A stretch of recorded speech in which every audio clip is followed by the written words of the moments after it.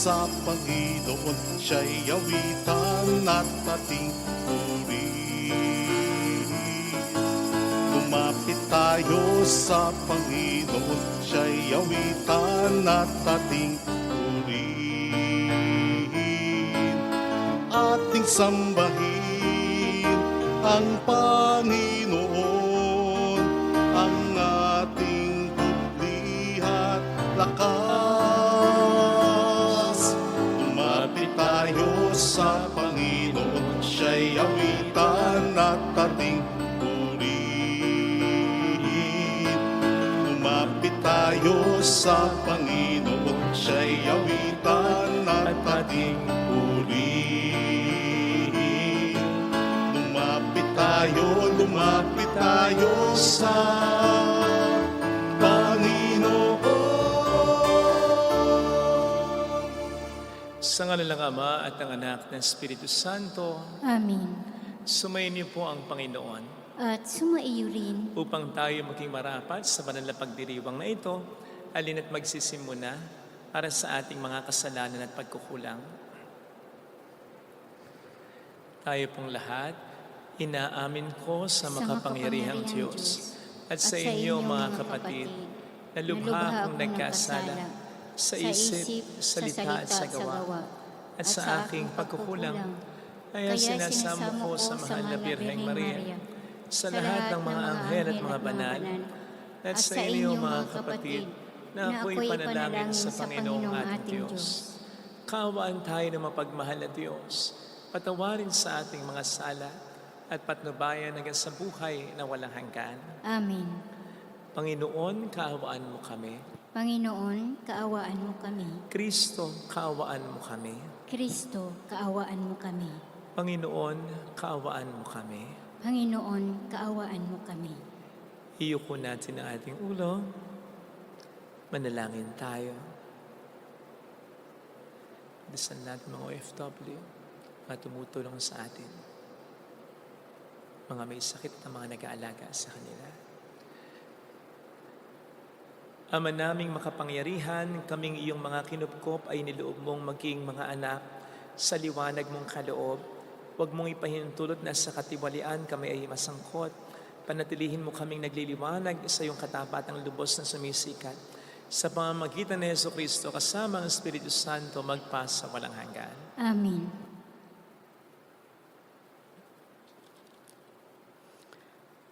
Ang salita ng Diyos mula sa aklat ng Henesis.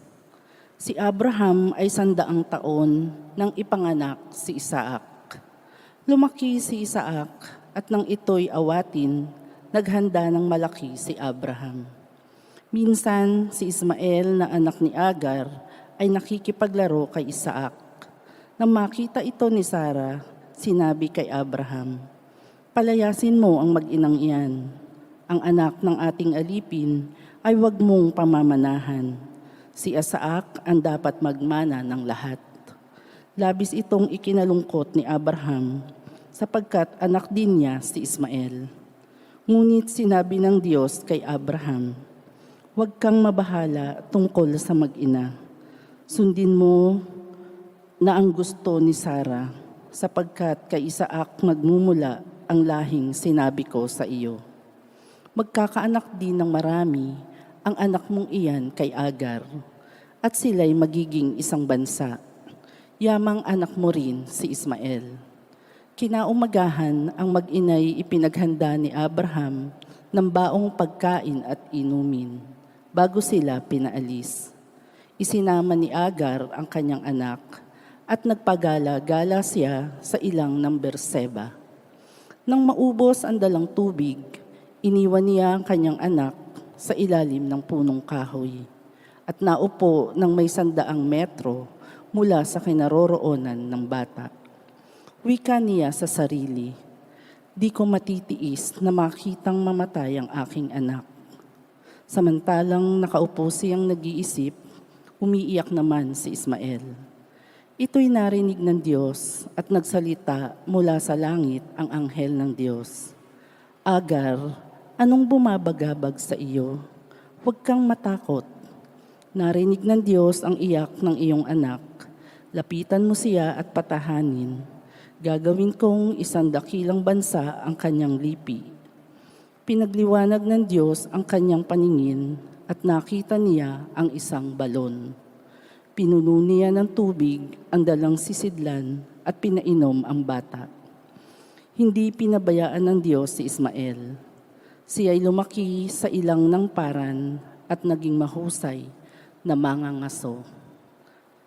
Ang salita ng Diyos. Salamat sa Diyos. Dukhang sa Diyos tumatawag, ang kanya ay kanyang inililigtas. Dukhang sa Diyos tumatawag ay kanyang inililigtas. Tumatawag sa Diyos ang walang pag-asa, sila'y iniligtas sa hirap at dusa. Anghel yaong bantay sa may takot sa Diyos, sa mga panganib sila'y kinukupkup. Dukhang sa Diyos tumatawag ay kanyang inililigtas. Matakot sa poon kayo kanyang bayan, nang makamtan ninyo ang lahat ng bagay.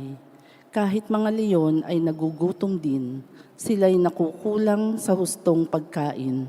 Ngunit sa sino mang ang poon susundin, sa anumang bagay, hindi kukulangin. Dukhang sa Diyos tumatawag ay kanyang inililigtas.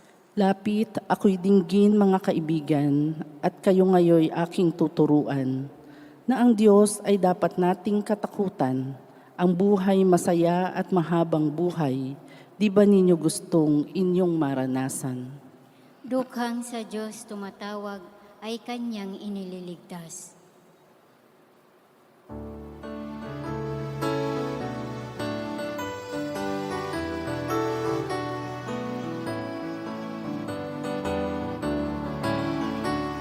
Hallelujah, Hallelujah, Hallelujah.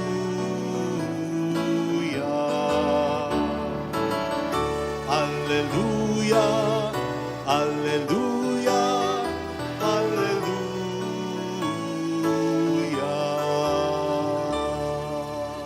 Sumainyo ang Panginoon.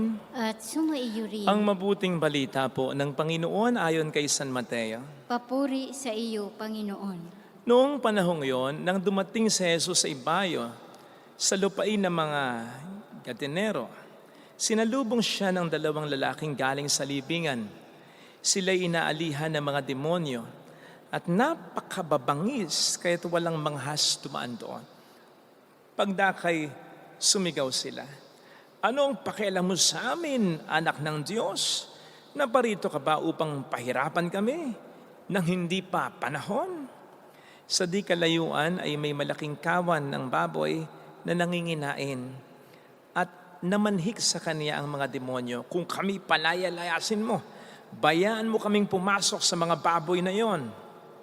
Sinabi ni Jesus, "Humayo kayo." Kaya't lumabas sila sa dalawang lalaki at pumasok sa mga baboy. Ang buong kawan ay biglang sumibad ng takbo tungo sa bangin, nahulog sa lawa at nalunod. Patakbong umuwi ng bayan ang mga tagapag-alaga ng kawan at pagdating doon ay ipinamalita ang lahat ng bagay, pati ang nangyari sa mga inalihan ng demonyo. Kaya't lumabas ang buong bayan upang salubungin si Jesus. Pagkakita sa kanya, ipinamanhik nilang siya'y umalis sa kanilang lupain. Mga kapatid, ang mabuting balita po ng Panginoon. Pinupuri ka namin, Panginoong Hesukristo.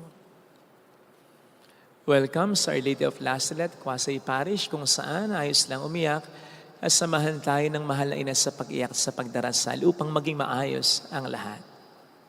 Batay po sa ating narinig na mabuting balita, naitanong nyo na po ba kahit minsan lang kung bakit pinabayaan ni Kristo ang mga demonyo na sumapi sa kawan ng mga baboy na naging dahilan ng pagkahulog sa bangin and therefore pagkamatay ng mga ito? Siguro po, hindi Sapagkat ano ba naman ang pakialam nga natin sa mga baboy na ito?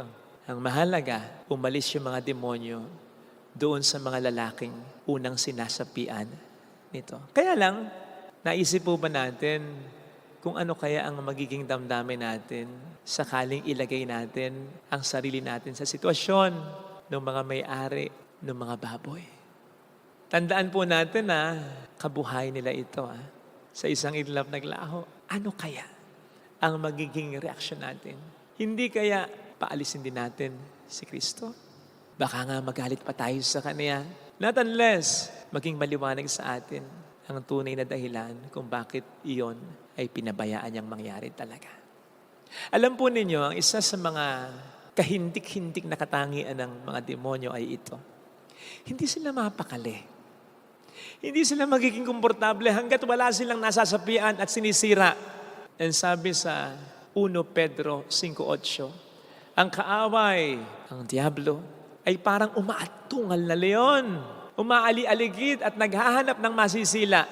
Ang demonyo ay parang laging umaatungal. Kasi naiinis siya, hindi siya komportable hanggat wala siyang nasasapian at nasisila. Ganun siya kasama. Yun ang buhay niya. Ang sumapi at manira. At narinig naman po natin ang pinsalan at dulot niya.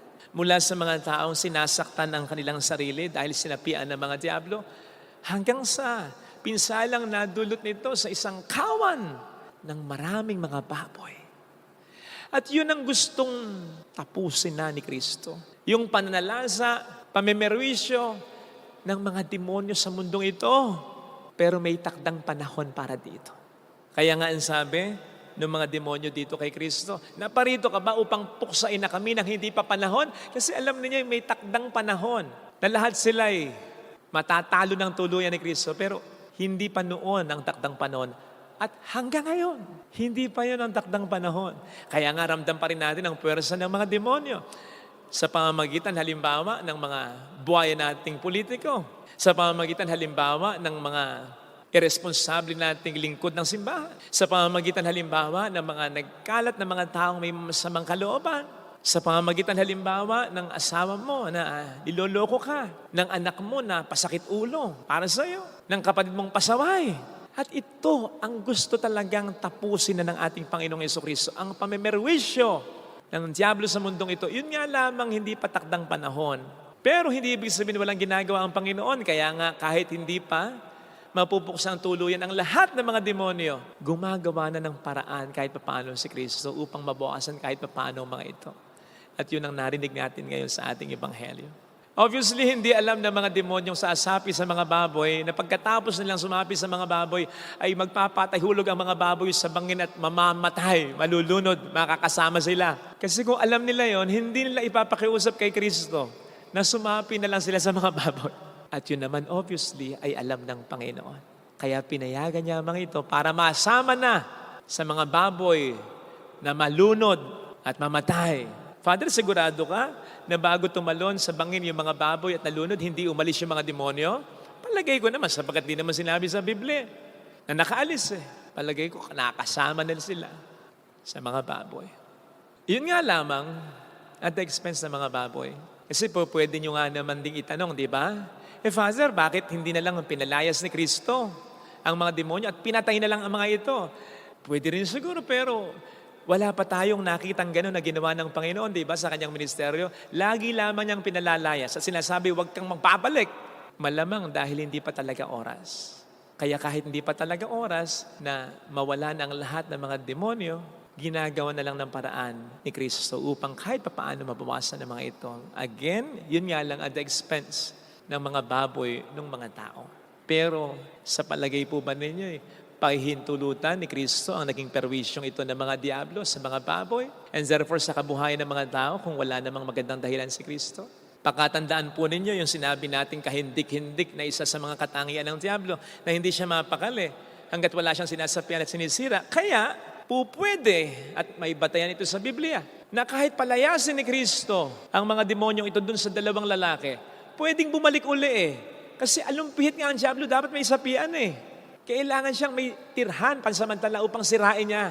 O pwedeng sa ibang mga tao naman. Ito ang isa sa dahilan kung bakit pumayag ni si Kristo. Sige, sa mga baboy na kayo. Kung baga namili na si Kristo, kung ano at kung sino ang mas mahalaga, obviously, Ang mas mahalaga para sa Kanya ay mga tao. Kahit dadalawa lang yan, kahit isa nga lang yan. Kung ikukumpara sa kahit milyon-milyon pang mga baboy na yan, mas mahalaga ang mga tao. Kaya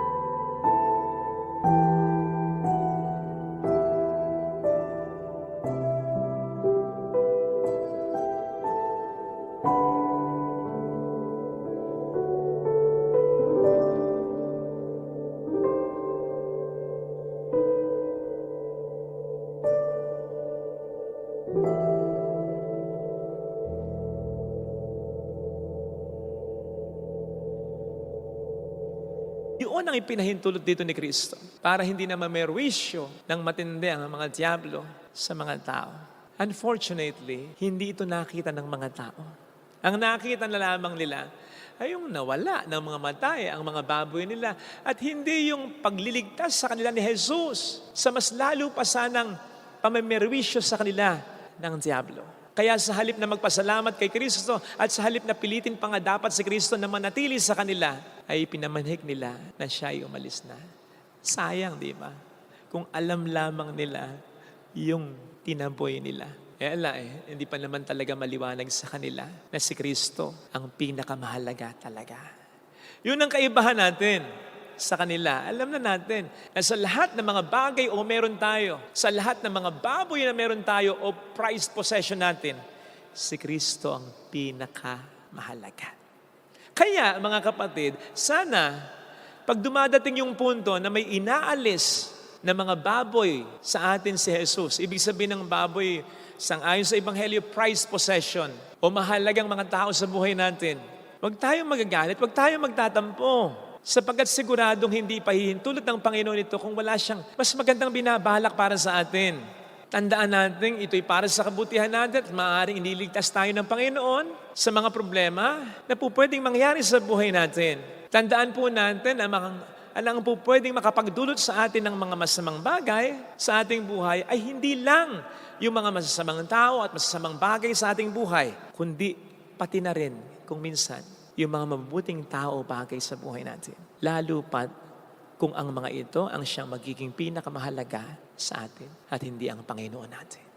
Narinig natin sa ating unang pagbasa kung paanong ipinasabi, inutos talaga ng Diyos kay Abraham na palayuin na yung katiwala niya na naanakan niya, pati yung naging anak niya sa katiwala niya. Masakit yun. Mahirap tanggapin yun para kay Abraham. Pero yun ang utos ng Panginoon. Dahil hindi na nga nagiging maganda ang relasyon ng mga ito sa tunay niyang pamilya, sa anak niya na ipinangako ng Diyos talaga. Kaya kahit mahirap sa kanya, inuutos kasi ng Diyos. Iniutos ng Diyos. Inaalis ng Diyos ang isang mahalaga, mabuting bagay o tao naman sa buhay niya dahil nga anak niya. Pero dahil inaalis na ng Diyos sa kanya, pinapaubayan niya. In fact, ganun din ang mangyayari sa anak niyang si Isa. Bagamat hindi matutuloy ang pagsasakripisyo niya kay Isa. Pero dahil inuutos ng Panginoon, sino man o anuman na alisin ng Diyos sa buhay niya, masakit, mahirap man sa kanya, papayag siya. Dahil alam niya na alam ng Diyos ang ginagawa niya. Maging ganun din sana mga kapatid, ang attitude natin.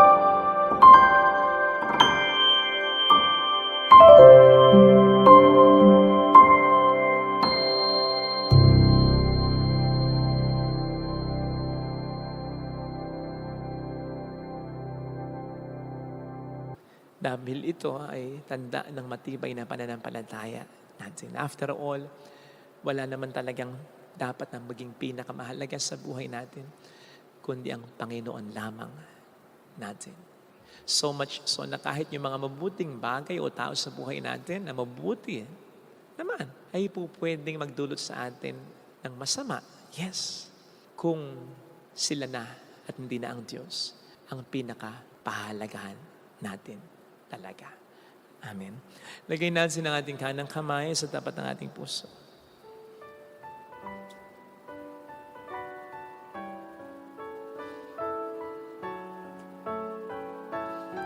Awitin natin. Alam kong may magagawa ang Diyos.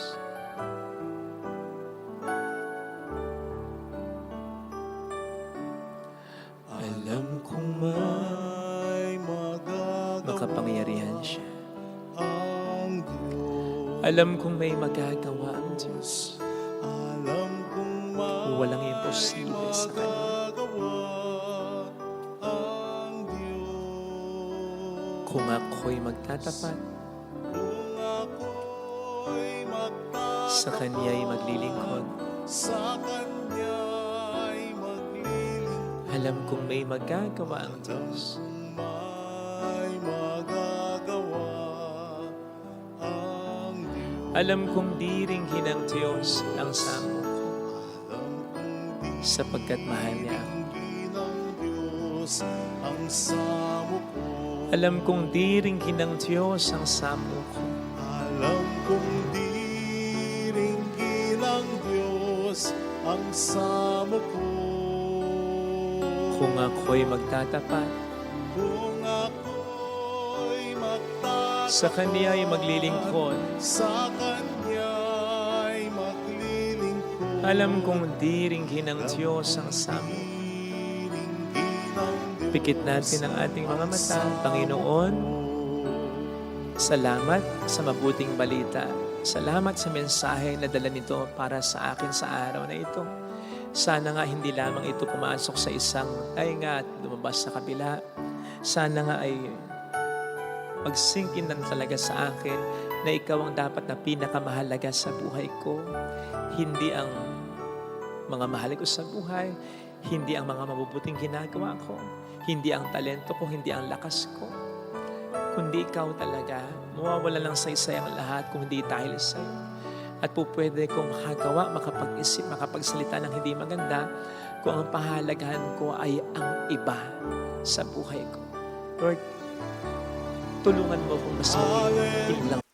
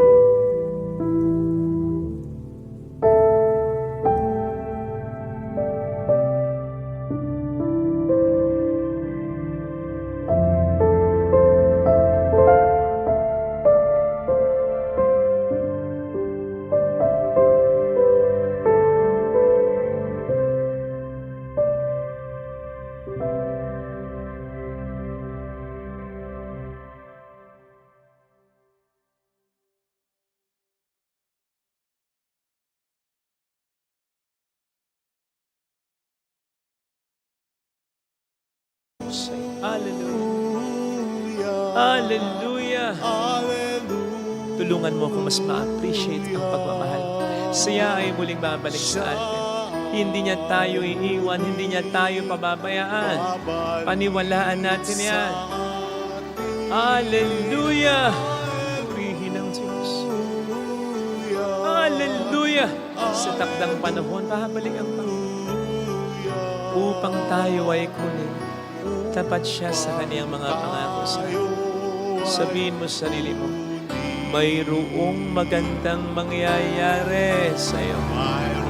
Kung lalapit ka kay Jesus, kung mas may love ka kay Jesus, kung mas kakapit ka sa Kanya, kung mas pahalagaan mo siya kaysa sa iba, kung lalapit ka kay Jesus. Sapagkat siya itong lumalapit sa iyo, siya itong pinaka-nagmamahal sa iyo, siya itong hindi pinaka-makalilimot sa iyo. Ano man ang mangyayari, ang Diyos ay hindi magbabago. Kaya, natural lang din talaga at hindi katangahan, karunungan pa nga na siya ang pinaka-pahalagahan.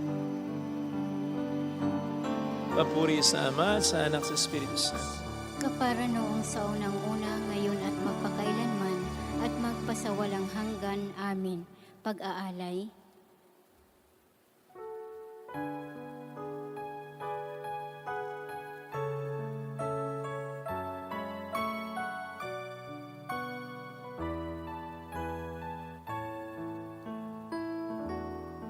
Handog namin sa iyo, Ama, ang tinapay at alak na ito. Handog ng bayang umaasa, sumasambat nagmamahal sa iyo. Naway dalhin ng iyong anghel ang aming panalangin sa iyong dambana, katulad ng alimuyak ng insenso umakyat sa kalangitan. Handog namin sa iyo, Ama, ang tinapay at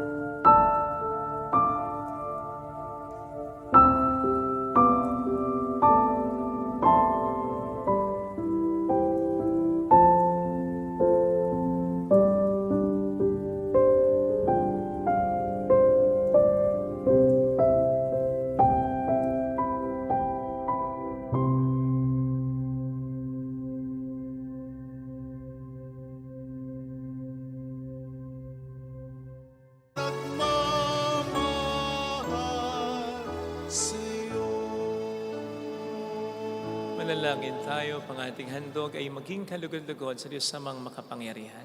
Tanggapin nawa ng Panginoon itong paghahain sa iyong mga kamay, sa kapurihan niya at karangalan sa ating kapakinabangan at sa buong sambayanan niyang banal. Ama naming lumikha, kami iyong pinagpaging dapat gumanap sa pagdiriwang ng paghahain ng iyong pagliligtas. Ipagkaloob mo ang aming paglilingkod sa iyo ay gawing kalugod-lugod ng mga alay na ito. Sa pamamagitan ni Jesucristo, kasama ng Espiritu Santo magpasa walang hanggan. Amen. Sumainyo ang Panginoon. At sumaiyo Itaas sa rin. Diyos ang inyong puso at diwa. Itinaas na namin sa Panginoon. Pasalamatan ng ating Panginoong Diyos. Marapat na siya ay pasalamatan. Ama naming makapangyarihan, tunay ngang marapat na ikaw ay pasalamatan. Ikaw ang lumikha sa tanan, ikaw ang nagtakdang magkaroon ng gabi at araw, gayon din ang tag-init at tag-ulan. Ikaw ang humubog sa tao bilang iyong kawangis na mapagkakatiwala ang mga siwa sa daigdig. Ikaw ngayon pinaglilingkuran sa pagganap sa pananagutan ng iyong pinagtitiwalaan sa pamamagitan ng anak mong mahal. Kaya kaisa ng mga anghel na nagsisiawit ng papuri sa iyo ng walang humpay sa kalangitan, kami nagpupunyi sa iyong kadakilaan. Santo, Santo, Santo, Panginoong Diyos ng mga hukbo, napupuno ang langit at lupa ng kadakilaan mo. Osana sa kaitaasan. Pinagpala ang naparirito sa ngalan ng Panginoon. Osana sa kaitaasan. Ama naming banal, ikaw po ang bukhal ng tanang kabanalan, kaya sa pamamagitan ng iyong Espiritu, gawin mong banal ang mga kaloob na ito upang para sa amin ay maging katawan at dugo ng iyong anak na aming Panginoong Hesukristo. Bago niya pinagtiis ang kusang loob na maging handog, hinawakan niya ang tinapay, pinasalamatan kaniya, pinaghati-hati niya iyon, niabot sa kaniyang mga alagad at sinabi, "Tanggapin ninyong lahat ito at kanin. Ito ang aking katawan na iahandog para sa inyo."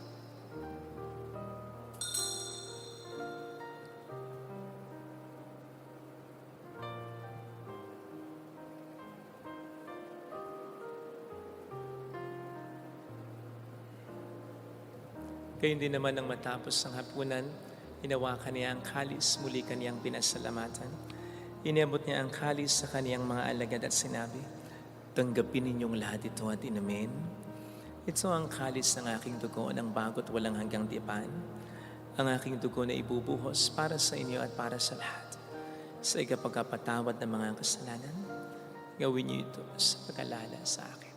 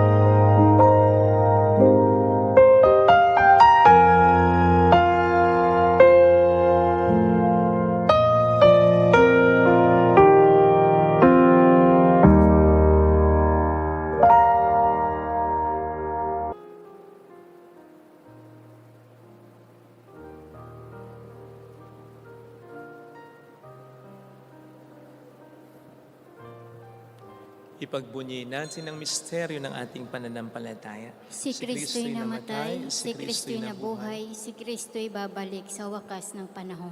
Ama, ginagawa namin ngayon ang pagkalaala sa pagkamatay at muling pagkabuhay ng iyong anak. Kaya inialay namin sa iyo ang tinapay ng buhay at ang kalis ng kaligtasan. Kami nagpapasalamat dahil kami iyong minarapat na tumayo sa harap mo para maglingkod sa iyo. Sinasamo namin kami na magsasalo sa katawan at dugo ni Kristo ay mabuklod sa pagkakaisa sa pamamagitan ng Espiritu Santo. Ama, lingapin mo ang iyong simbahang laganap sa buong daigdig. Puspusin mo kami sa pag-ibig. Kaysa ni Leon na aming Papa, ni Janice na aming Obispo at ang Tanang Kaparian. Alalahanin mo mga kapatid naming nahimlay na may pag-asang sila'y muling mabubuhay, lalo ng aming mga ipagdarasal. Saglit nating pagdasal ang ating mga minamahal na yumaw.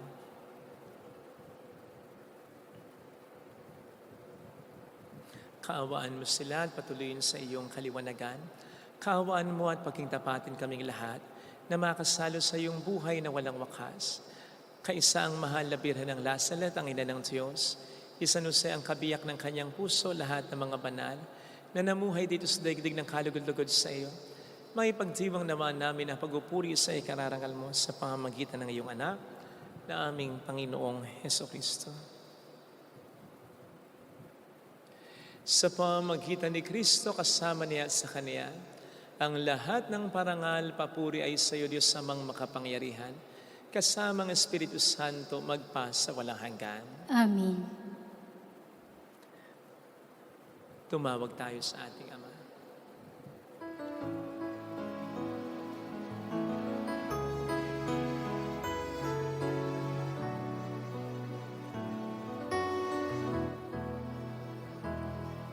Ama namin, sumasalangit ka, sambahin ang ngalan mo,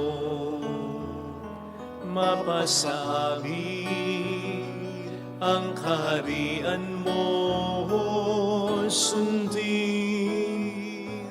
ang loob mo dito sa lupa para nang sa langit. Bigyan mo kami ng aming kakanin sa araw-araw at patawarin mo kami sa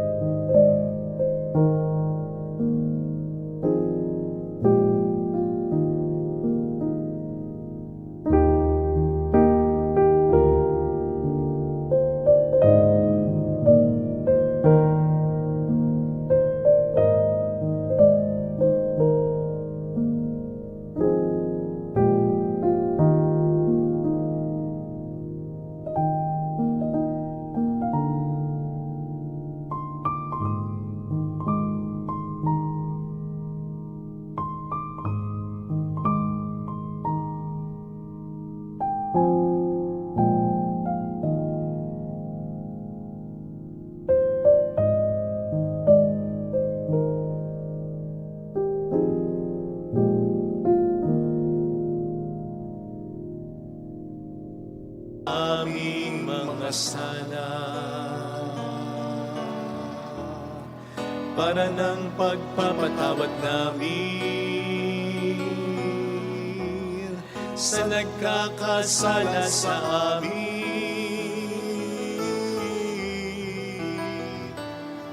At huwag mo kami ipahintulot sa tukso at ihadya mo kami sa lahat ng masama.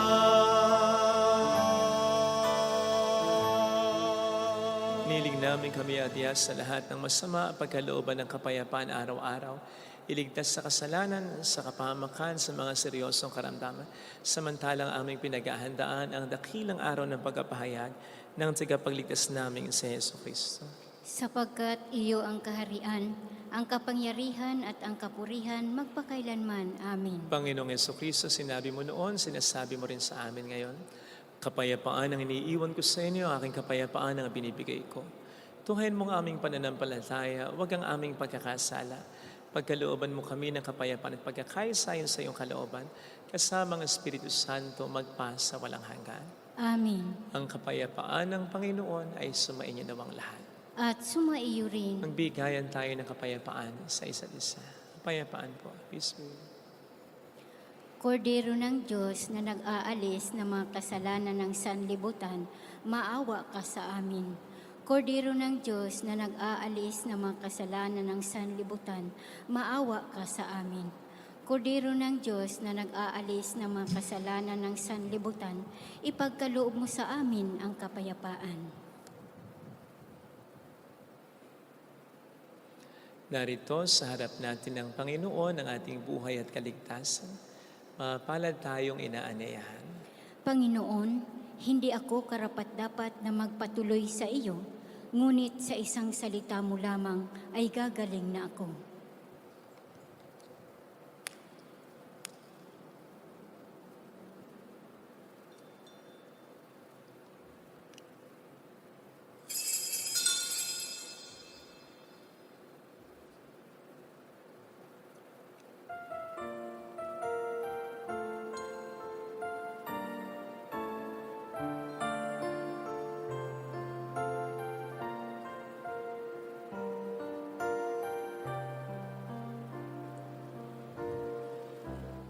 Panalangin para sa espiritual na pakikinabang. Panginoong Hesus, ako ay naniniwala na ikaw ay nasa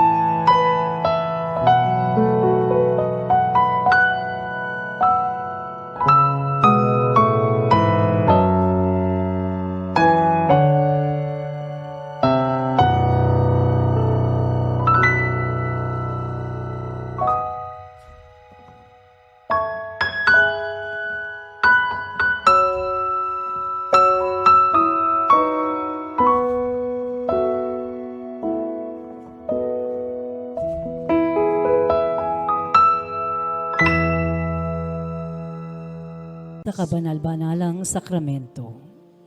Iniibig kita ng higit sa lahat at ninanasa kong tanggapin ka sa aking kaluluwa. Sapagkat sa mga sandaling ito, hindi kita matatanggap sa sakramento. Tumuloy ka sa Espiritu sa aking puso. Niyayakap kita na para bang naririto ka na.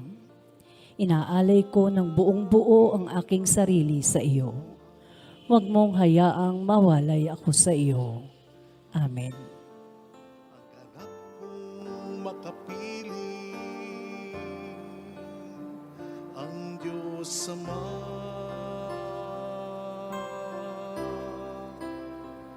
Tayo'y kay Kristo, mabuhay man o mamatay, pagkat niyakap niya ang sangkatauhan.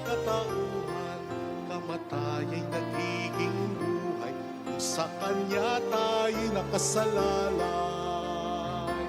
Christi sumus, tayo'y kay Kristo, tayo'y kay Kristo, mabuhay man o mamatay, pagkat niyakap niya ang sangkatauhan.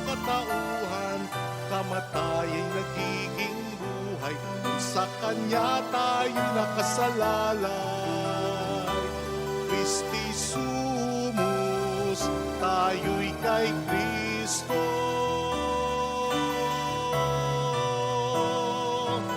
kamatay ay nagiging buhay, kung sa Kanya tayo'y nakasalalay. Christi sumus,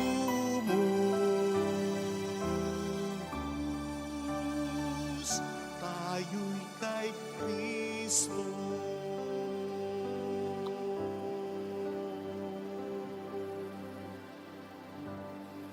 Manalangin tayo. Ama naming mapagmahal, buhay nawa kami ng aming inihain at pinagsaluhan upang kaming pinagbuklod sa pag-ibig mo kailanman ay magkaroon ng bungang lagi naming maiaalay. Sa pamamagitan ni Hesu Kristo, kasama ng Espiritu Santo, magpasa walang hanggan. Amen. Holy God, Holy Mighty One, Holy Immortal One. Have mercy on us and on the whole world. Holy God, Holy Mighty One, Holy Immortal One. Have mercy on us and on the whole world. Holy God, Holy Mighty One, Holy Immortal One.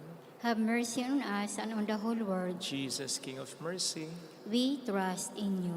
alalahanin, Alalahanin, umahal na Birhen ng Nazaret.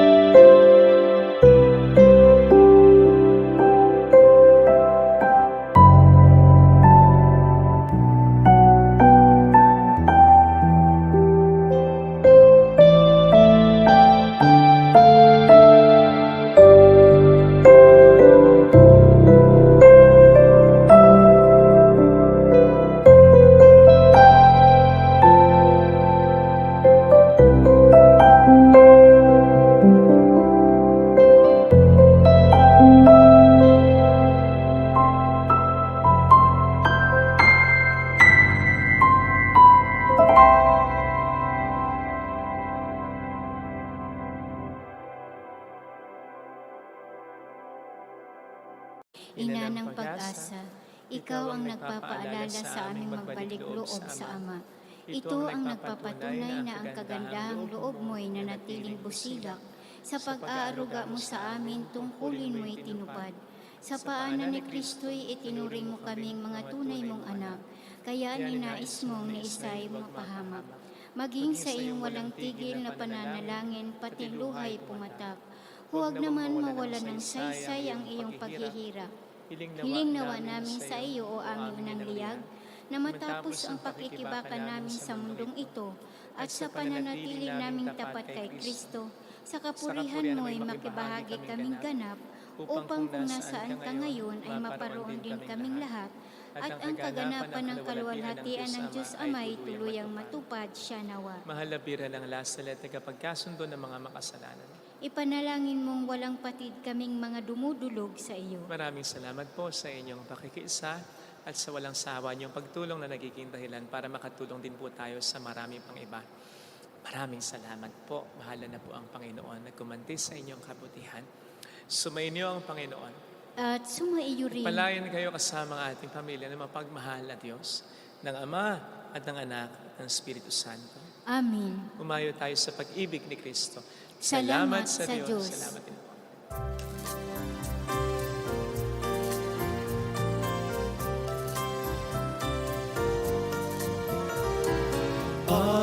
Aming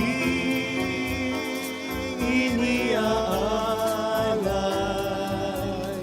ang pag-ibig na walang kapantay. O kay sarap mabuhay kung may nagmamahal, pagmamahal na tunay at laging dalisay. Ang birhen kong umibig ay walang sintamis, pagsintang sak na linis sa'yo hanggang langit.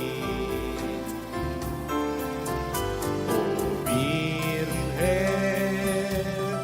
Birheng mahal, sa awit at sa dasal, aming iniaalay ang pag-ibig na walang kapantay.